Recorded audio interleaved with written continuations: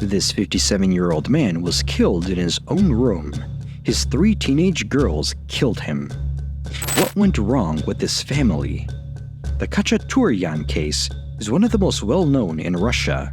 3 girls, Maria, 17, Angelina, 18, and Krestina, 19, attacked their 57-year-old father, Mikhail Khachaturyan. He died after being stabbed several times. At first, the young girls were taken into custody. They were charged with murder by plot and could have spent up to 20 years in jail. On the other hand, when the investigation showed how bad this family's life really was, the girls were seen as victims and were set free. The bad things their dad did to them made them so angry it all finished with a murder. It will shock you to learn how this family lived and how mean dads can be to their kids. I'll tell you all the crazy details of this case and how these girls who killed their father are still alive and free after 5 years. About 25 years ago, Mikhail Khachaturyan met Aurelia Dunduk, who would become his wife and mother of his children. This is how their family story started. They met for the first time at a bus stop in Moscow. She was 17 years old and he was 34 years old at the time. His money was good and he knew people in the crime world. She was a shy young girl from a nearby country who was trying to find her place in the world. The start of their relationship looked like this. She said yes when Mikhail asked her to live with him because she had nowhere else to go. Almost as soon as they moved in together, Mikhail was rude and mean to her. He began hitting her while she was expecting their first child. She was the usual victim and he was the typical abuser. They were very close to each other. It might be best to ask scientists why this happens. The marriage was only recorded in the church, not in the government records. Most likely, the man didn't want her to be able to claim at least some of his property after he died. This was a very sneaky thing Mikhail Khachaturyan did. He put his mother and sister's names on his apartment and bank accounts. Aurelia had her first kid, a son named Sergei. A year after they moved in together, the woman tried to go see her parents when the boy was 8 months old, but her husband was beating her and told her she couldn't leave the apartment. She was isolated for 5 years since then. Mikhail told her not to go anywhere and to keep having kids every year. A year after their son was born, their daughter Krestina was born. The next year, Angelina was born, and the year after that, Maria. After that, she started using birth control in secret. She then told Mikhail that she couldn't have children. This led to a lot of new issues and fights. Mikhail became meaner after his kids were born. He was nice to the kids at first, and his wife took all of his anger. He told her she couldn't leave the house or talk on the phone without his permission. Whenever he was mad, he was beating her and made her suffer, but why did she agree to live that kind of life? Aurelia's mind was broken from being abused and hurt for years. She also didn't have any money because her husband wouldn't let her work or leave the flat. She was living off of his money, but he was using her as a house servant. She cooked, washed, cleaned, and took care of her kids all day. When they first met, she tried to run away with her son and call for help more than once. On the other hand, Mikhail had a lot of contacts in both the police and the crime world. He then found out and told her he would kill her and the child if she did it again. That's why Aurelia had to agree to live with this cruel person. Also, her husband and all of his family members, including his mother, aunts, and other family members, abused her. They called her a bad woman and did nothing when he beat her. In addition to being rude and angry with his wife, Mikhail Khachaturyan was also mean to other people. He sometimes parked in the wrong spots, and when people told him to move his car, he yelled and threatened he would kill them all. He always had a gun with him.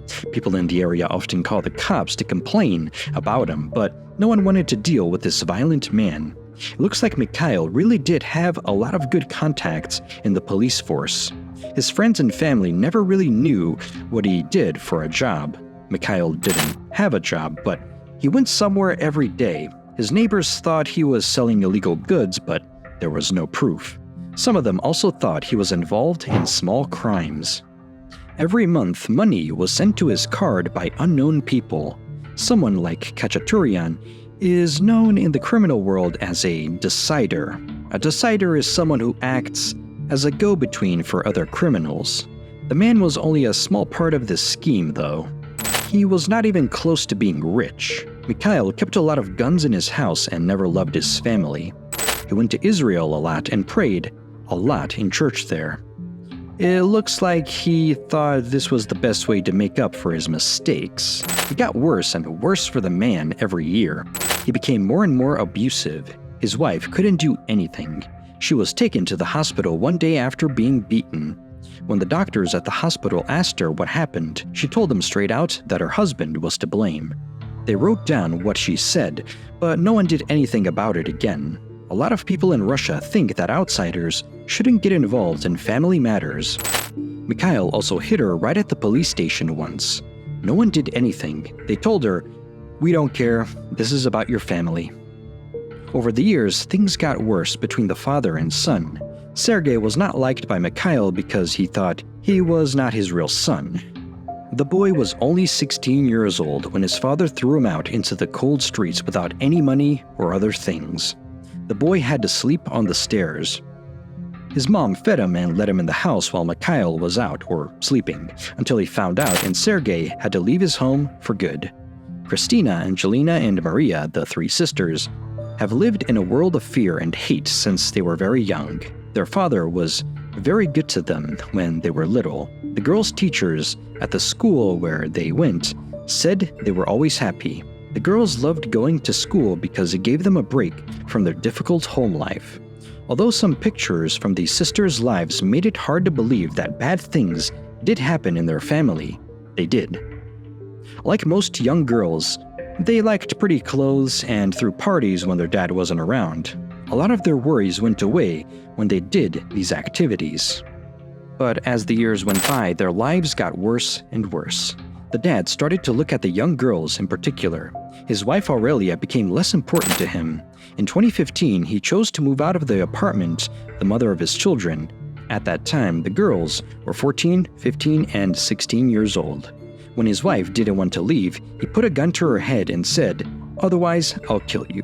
Aurelia had to agree, but the girls were scared to go with her because their dad told them to stay and said he would kill the whole family if they didn't. The mother couldn't see her girls because Mikhail made it clear that she couldn't. 3 young girls were left alone with their cruel father. Their life was a living hell ever since. Mikhail first told his girls they couldn't go to school. They were now going to work for him as house slaves.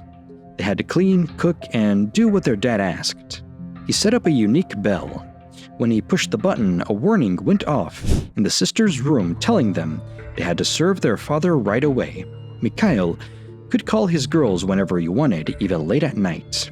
He also put cameras on the front door to keep an eye on everything they did. When they didn't do what he said, he was beating them and sometimes shot them with an air gun. The girls rarely came to school, and when they did, they were often seen with cuts and scrapes. People in the neighborhood, at school, and with friends knew that the family had a huge problem, but no one could do anything about it. Mikhail would bring a gun to school and threaten even the teachers sometimes. When girls were almost not going to school at all, the government started to look into it. They called the care office, but nothing yet was done. Teachers would sometimes go to the Khachaturyan family's room, but no one would answer the door. No one from the government called the cops, but it's likely that Mikhail had a lot of contacts in the security forces. And that's why the girls didn't say anything, even when their dad started doing really bad things. Angelina, the middle sister, was only 14 years old when it all began in 2014. They got to Israel and checked into a hotel with her father. Since no one else was around, Mikhail told his daughter to do inappropriate things in the bedroom with him. He told her she had to marry him when she turned 18. This kept going on after they got back to Moscow. He asked one of his children to take a bath with him one day. As soon as the girl's mother left the house, the harassment never stopped. The girl's friends also confessed about this sick man's actions. Mikhail Khachaturyan sent filthy pictures of his body to the classmates of his children. The dad usually spent time with each daughter separately, presumably so that the sisters wouldn't talk about a problem they all had. He would sometimes come to his daughter's room and ask for a massage. It wasn't just a massage, though. After one of these events, one of the sisters tried to kill herself. She was saved at the hospital, though, where her father told the doctors that her daughter had just mixed up the pills. He asked his younger daughter, Maria, to help him treat prostatitis one day. The girl didn't want to do this. After that, he drove her into the forest in the car. He held a knife to her throat and tied her to a tree. The girl still said no. He left her alone in the woods while she was tied to a tree. A few hours later, he came back and took her home. The girls couldn't get away because they had grown up in a dangerous place. The father told his girls that they were his slaves and had to do everything he said. They also didn't trust the government because they thought their dad always got away with things. Since they knew he was connected with both criminals and the police, they knew there was no point in calling the police. It didn't make sense to ask family or friends for help either. Their mother, Aurelia, was a completely broken woman who had been hurt for a long time and couldn't help anyone else. Mikhail's family always stood by him and didn't think he could hurt his girls. Because they didn't have a job or a place to live, the girls couldn't run away. The younger sister was also just a child, so if she had run away, her father would have brought her back home. The other sisters couldn't leave her either. The sisters were to keep going through bullying and violence. They might have been waiting for the younger sister to grow up, so they could all leave at the same time. There was, however, something in July 2018 that drove the girls crazy. At that point, they knew they could no longer put up with the constant pain. Mikhail went to a psychiatric center for treatment and then came back home. He was very angry when he saw how dirty the house was. There was hair and other things all over the floor. He was also mad that his girls spent more money than he let them. Then he called each of his girls into his room and pepper sprayed them in the face. Krestina, the older sister who had asthma, passed out because of this. The girls planned to kill their dad when he fell asleep. They went downstairs and brought the knife to the flat. They knew he had it in the car. A hammer was also found with the tools. Their plan was to hit the father from behind while he was sleeping in a chair. One of the girls hit him with the hammer and Maria hit him with a knife. Krestina sprayed him in the face with pepper. He was able to get up and use the stairs to leave the flat. Angelina then took Maria's knife and stabbed him in the heart. Mikhail fell and died right away. At least 36 stab wounds were made on him. People who lived nearby heard screams but didn't call the police because they were used to problems happening all the time in the apartment where the Khachaturyan family lived. The girls stabbed themselves to make it look like their dad had attacked them. When they called the cops, they said their dad had hit them with a knife, and they had to protect themselves. Later, though, they took back what they said and admitted what they did. The girls admitted they did it while they were being questioned and were now being charged with murder. The sisters were arrested, but after some time they were freed because many tests showed they were acting out emotionally. At the time of the murder, the younger sister had mental issues. It was also shown that the father regularly abused his girls and did inappropriate private things with them. Doctors have diagnosed Mikhail as a violent and an aggressive man whose mental state was not stable by any means, but Mikhail's closest family members said he was good and couldn't hurt his girls. According to them, the girls killed their father to get money, and also because he told them not to live a sexual life. Of course, this was far from the truth. To begin, the girls didn't get any material things after their father died. Mikhail did put all of his property in the names of his mother and sisters, after all. Lawyers say the girls killed their father in self-defense to stop him from hurting anyone. They were actually let out of jail and are now free. This case has been going on for more than 5 years, and what will happen to the sisters is still unknown. The girls were not allowed to live together or talk to each other. They also couldn't use the internet or do interviews. Because they could be sent to jail at any time, the sisters had to get a job. They couldn't make plans for their lives, like going to college or university. The girls are accused of killing their father as part of a plot.